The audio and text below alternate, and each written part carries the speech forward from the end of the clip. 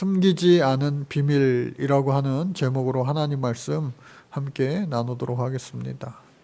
여러분, 포모 증후군이라고 하는 말 여러분 들어보셨나요? 포모 증후군. 이 말은 Fear of Missing Out 이라고 하는 말의 약자입니다.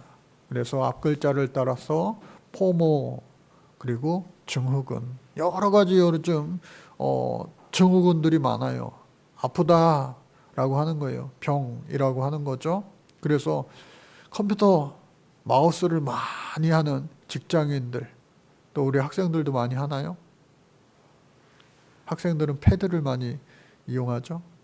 직장인들이 하도 마우스를 많이 하니까 손목 터널 증후군이라고 해가지고요, 이 마우스 쓰는 손목이 너무 아프다는 거예요. 그래서 이 손목을 보호하는 마우스 패드도 개발되기도 하고, 또 손목이 조금 더 무리가 가지 않는 그런 마우스도 시중에 팔고 있습니다. 이처럼 증후군이라고 하는 것은 좋지 않은 것입니다. 그런데 이 포모 증후군이라고 하는 것은 뭐냐? 스마트폰을 이용하면서 요즘에 SNS라든가 또 여러 가지 유튜브 온갖 많은 정보들이 우리에게 그야말로 정보의 홍수 시대를 살고 있습니다. 그러다 보니까 혹시 내가 이거 놓친 거 아닌가? 그리고 여러 SNS 등을 통하여서 남들의 인생의 하이라이트 부분만 내가 바라보고 듣게 되면서 나는 조금 뒤처지는 거 아닌가? 비교했을 때 일종의 상대적 박탈감을 느끼며 불안해하고 염려하고, 또 이것이 정신적인 강한 스트레스로 자리 잡을 수도 있다고 하는 거예요. 특히나 가정주부들, 우리 권사님들 중에도 혹시 그러시나요? 저희 집에는 TV가 없기에 TV 홈쇼핑을 볼 수 없는데, TV 홈쇼핑을 보면서 막 보면은 뜨는 게 뭐예요? 진짜인지 가짜인지 모르겠지만 진짜겠죠. 방송에서 마감 임박 5대 남았습니다.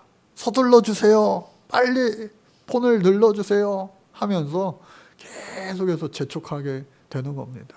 이거 지금 빨리 사지 않으면 나중에는 이거 사고 싶어도 못 사고 또 더 비싸게 값을 내고 사야 되겠구나. 지금 세일할 때 빨리 사야지 하면서 막 이렇게 심리적 불안 그리고 압박을 주기도 한다는 거예요. 그렇다고 우리가 항상 성경책만 보고는 또 세상을 살아가기가 쉽지 않습니다. 20세기의 위대한 신학자라 일컬어지는 칼 바르트, 스위스 신학자인데, 그 사람 말하기를 이런 말을 했어요. 훌륭한 목회를 하기 위해서는, 설교를 하기 위해서는 한 손에는 성경을, 또 한 손에는 신문을, 그러니까 성경만 잘 안다고 해서 이 세상을 또 잘 살아가기란 쉽지 않다는 거예요. 왜? 상대방을 알아야, 적을 알아야 싸워 이길 수 있기 때문에, 마치 지피지기 백전백승처럼 상대방을, 세상을 알아야 하나님 말씀 가지고 그 세상을 이길 수가 있는 거예요. 그런 의미에서 그런 말을 하였는데, 여러분, 저 여러분들은 세상에 하나밖에 없는 하나님이 만드신 작품, 세상에 하나밖에 없는 걸작품임을 여러분 잊지 마시기를 주님의 이름으로 간절히 축복합니다. 남들과 비교함으로 인하여서 모든 문제가 생겨날 때가 많아요. 내가 남들보다 조금 괜찮아, 잘났어, 우월감으로 인하여 교만해지기 쉽고요. 또 내가 남들보다 조금 아닌 것 같아, 모자른 것 같아, 괜한 열등감에 사로잡혀 인생을 허비하며 낭비하기도 쉽다고 하는 겁니다. 그러니 오늘 저와 여러분들은 하나님께서 세상에 하나뿐인 자로 만들어주신 걸작품입니다. 어떤 장로님이 목사님 저는요 쌍둥이에요 쌍둥이 그러시더라고요. 쌍둥이도요 가만 보면 달라요. 아무리 비슷하다고 해도 그 엄마는요 아빠는요 비교할 수 있는 거 아니겠어요? 옆에 있는 분들과 한번 인사할게요. 당신은 하나님의 최고의 걸작품입니다.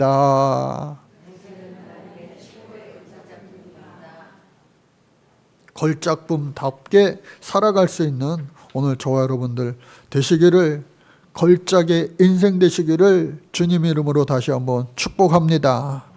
그런데 우리의 이 심성 가운데는요 뽐내고 싶어하는 그러한 마음이 있는 거예요.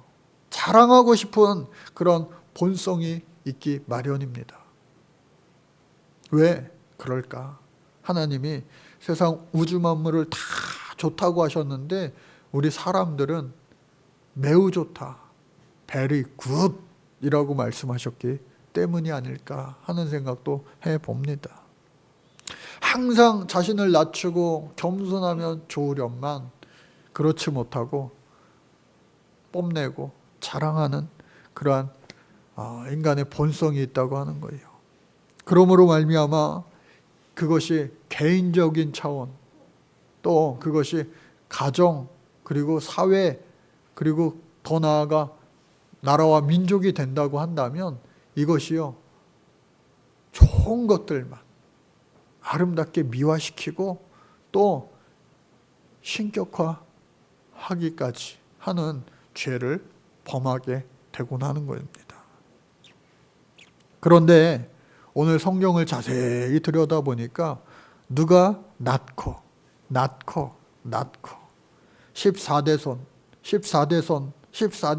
모두 합쳐서 42대에 걸쳐서 족보의 이야기가 나와 있습니다. 누구로부터 시작하느냐? 믿음의 조상 아브라함으로부터 시작이 됩니다. 그리고 맨 마지막 누구를 설명하려고 이 족보를 이야기한 겁니까? 바로 곧 오실 아기 예수, 우리 예수님의 족보를 소개하는 겁니다.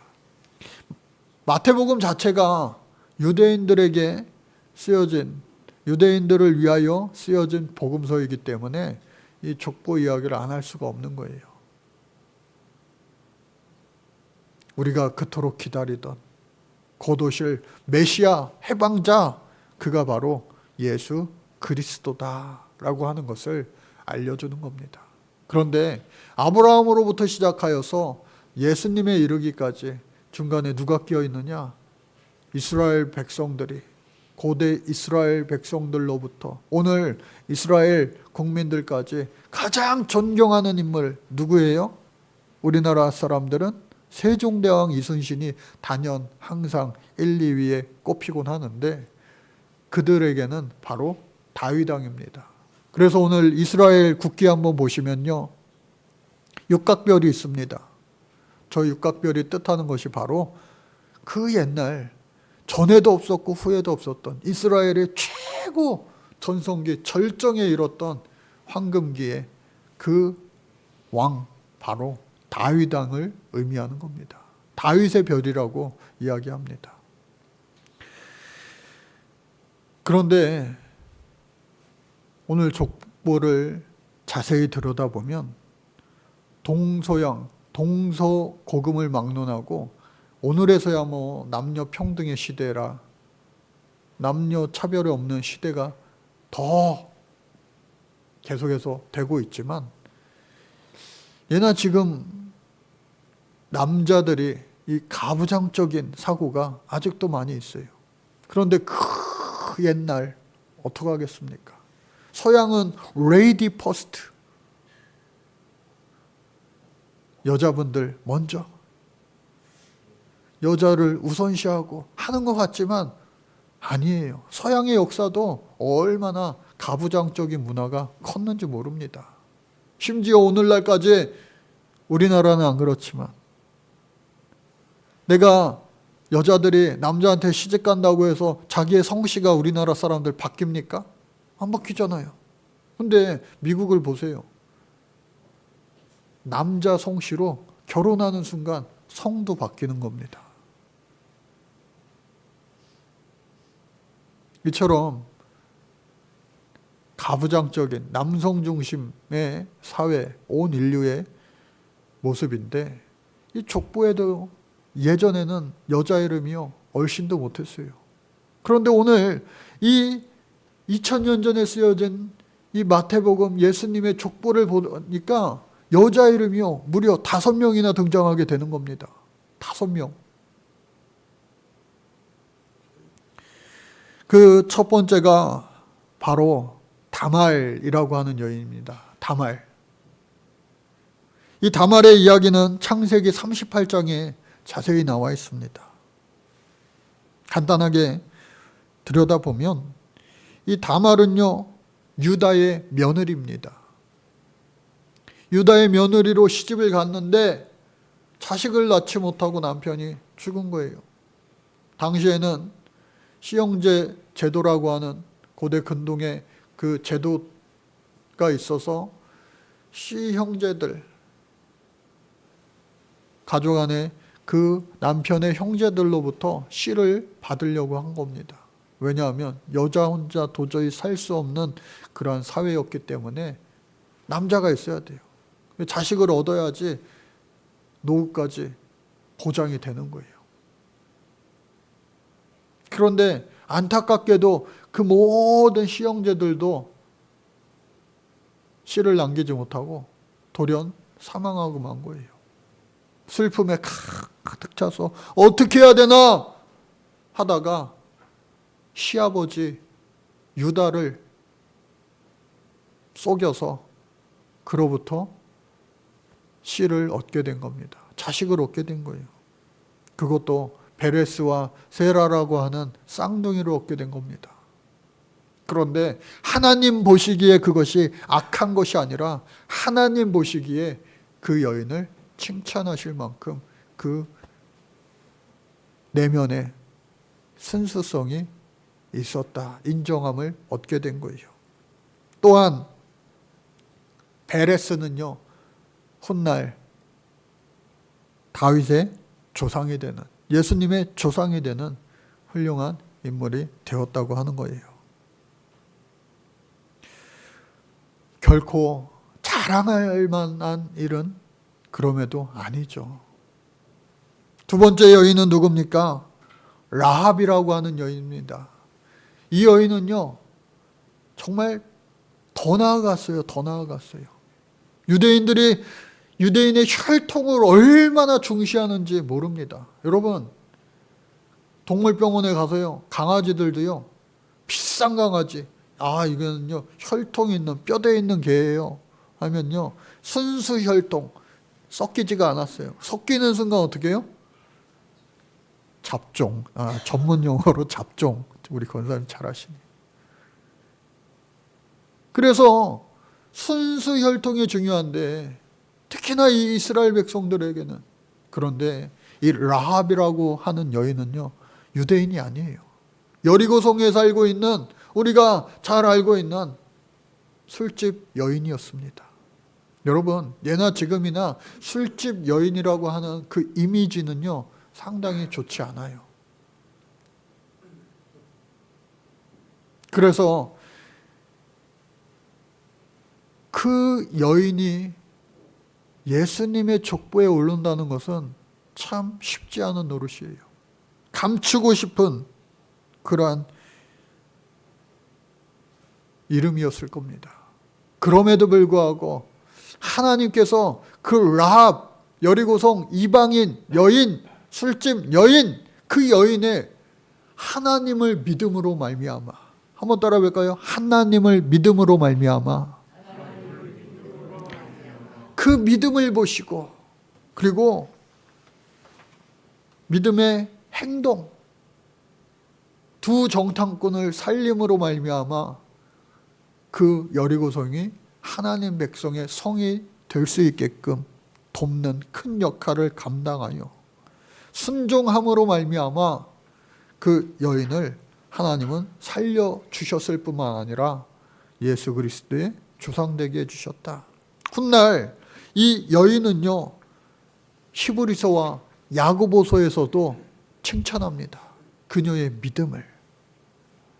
히브리서와 야고보서는 흔히 조금 상반되는, 그러나 상호 보완적인 그런 말씀이라 했지만 상반되기도 하는 그러한 입장을 취함에도 불구하고 양쪽에서 다 공통적으로 칭찬하는 라합 여인이었다라고 하는 거예요.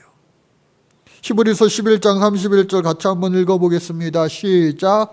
믿음으로 기생 라합은 정탐꾼을 평안히 영접하였으므로 순종하지 아니한 자와 함께 멸망하지 아니하였도다. 또한 야고보서 말씀요. 시작. 또 이와 같이 기생 라합이 사자들을 접대하여 다른 길로 나가게 할 때에 행함으로 의롭다 하심을 받은 것이 아니냐 하며 기생 라합을 여러 번 성경에서는요 칭찬하고 있는 것입니다. 세 번째 여인은 바로 룻이라고 하는 여인입니다. 룻의 이야기는 따로 떼어서 룻기에 구약 성경에 기록이 되어 있습니다. 룻은요 라합처럼 유대 여인이 아니에요. 유대 사람이 아니에요. 우리가 잘 알고 있는 것처럼 룻은 모압 여인이었습니다. 그러나 나오미의 아들과 결혼하여 그 가족이 기근을 피하여 모압 땅으로 왔을 때 만나 결혼하였습니다. 그런데 이게 웬일입니까? 그것이 하나님의 뜻이 아니었는지 잘 생각해 보세요. 배고프다고 하나님을 떠나면 되겠습니까? 아니에요. 오히려 하나님을 더 가까이 할 때 하나님은 배부르게 해주실 줄로 믿습니다. 배고프다고 하나님 그 예루살렘을 떠나 모압으로 갔어요.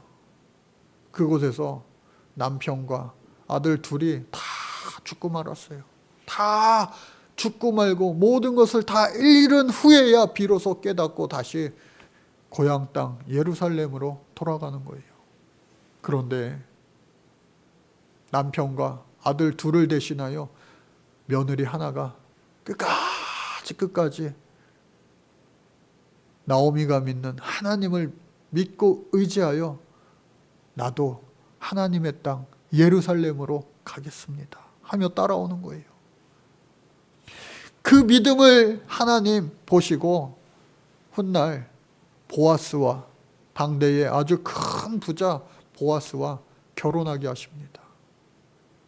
물론 그 자세한 내막을 알면 또 룻의 믿음이 어떠했는지 과히 칭찬할 만합니다.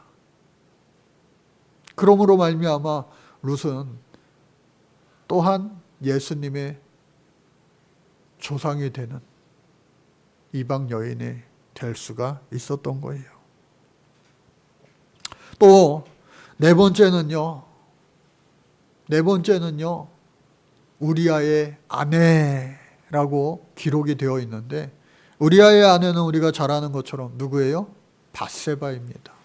여러분, 밧세바라고 하는 여인은 다윗의 부인입니다.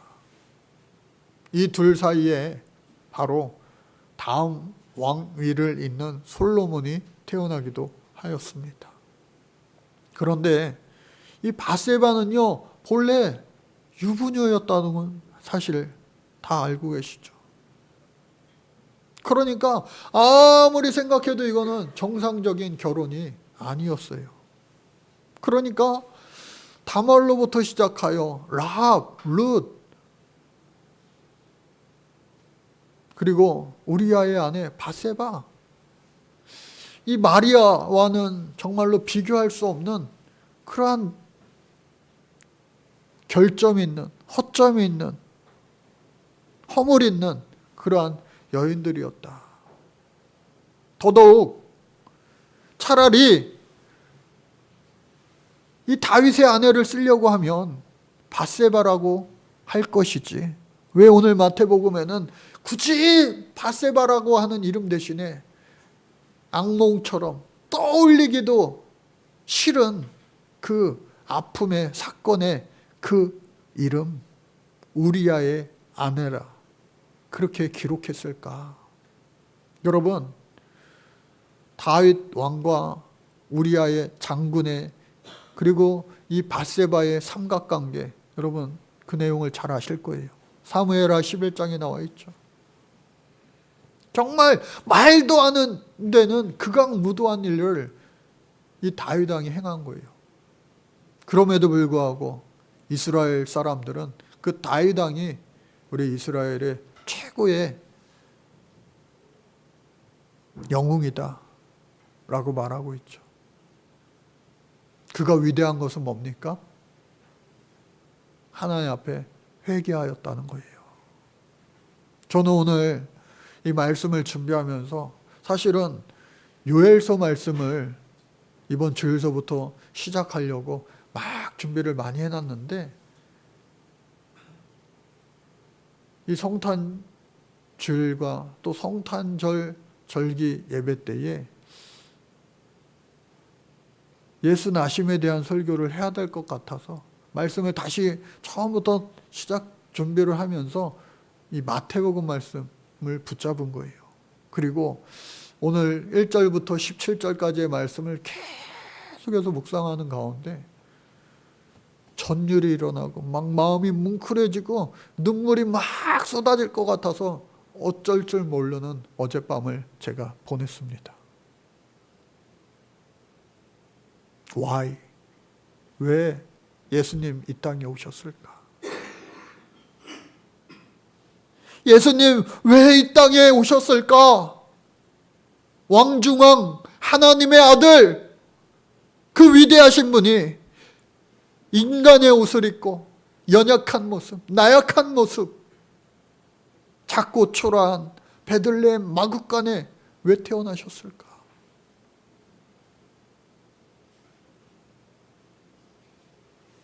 잠시 잠깐 한번 호산나 호산나 칭송을 받아 기뻐하신 적도 있지만 대부분의 그의 인생은 고난의 연속이었고, 또 그의 마지막은 마구간에서 태어난 것처럼 골고다 십자가 상에서 홀로 죽음을 맞이하셨습니다. 왜 오셨을까? 왜 오셨을까?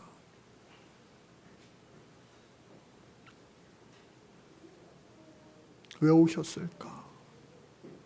저는 오늘 이 내 여인의 이름과 내 여인의 인생에서 그 해답을 다시 한번 발견하게 되었어요. 깨닫게 되었어요. 오늘 저와 여러분들 살아온 인생이 얼마입니까? 살아온 인생 가운데 남들에게 떳떳하게 뽐내고 싶고 자랑하고 싶은, 지금 내가 생각해도 정말 그때는 내가 참 잘했어 스스로 칭찬하고 싶은 순간이 많이 있으실 거예요. 앞으로 더 많아지시기를 주님의 이름으로 축복합니다. 그런데 그뿐만이 아니라 감추고 싶은, 지금 생각해도 정말로 내가 그땐 왜 그랬을까? 지구멍이라도 찾아 숨고 싶은, 정말로 아무도 알지 못했으면 참 좋겠다.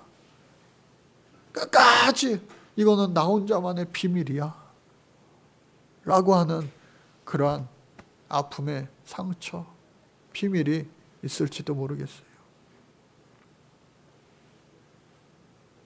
그러나 여러분들, 그러한 상처와 그러한 은밀한 큰 죄까지도 우리 예수님께서 모두 다 사하여 주시기 위하여 이 땅에 오셨음을, 그리고 오늘 저와 여러분들을 감사하게도 예수의 이름으로 보혈의 능력으로 그 모든 허다한 죄까지도 다 이미 용서받았음을 여러분들 잊지 마시기 바랍니다.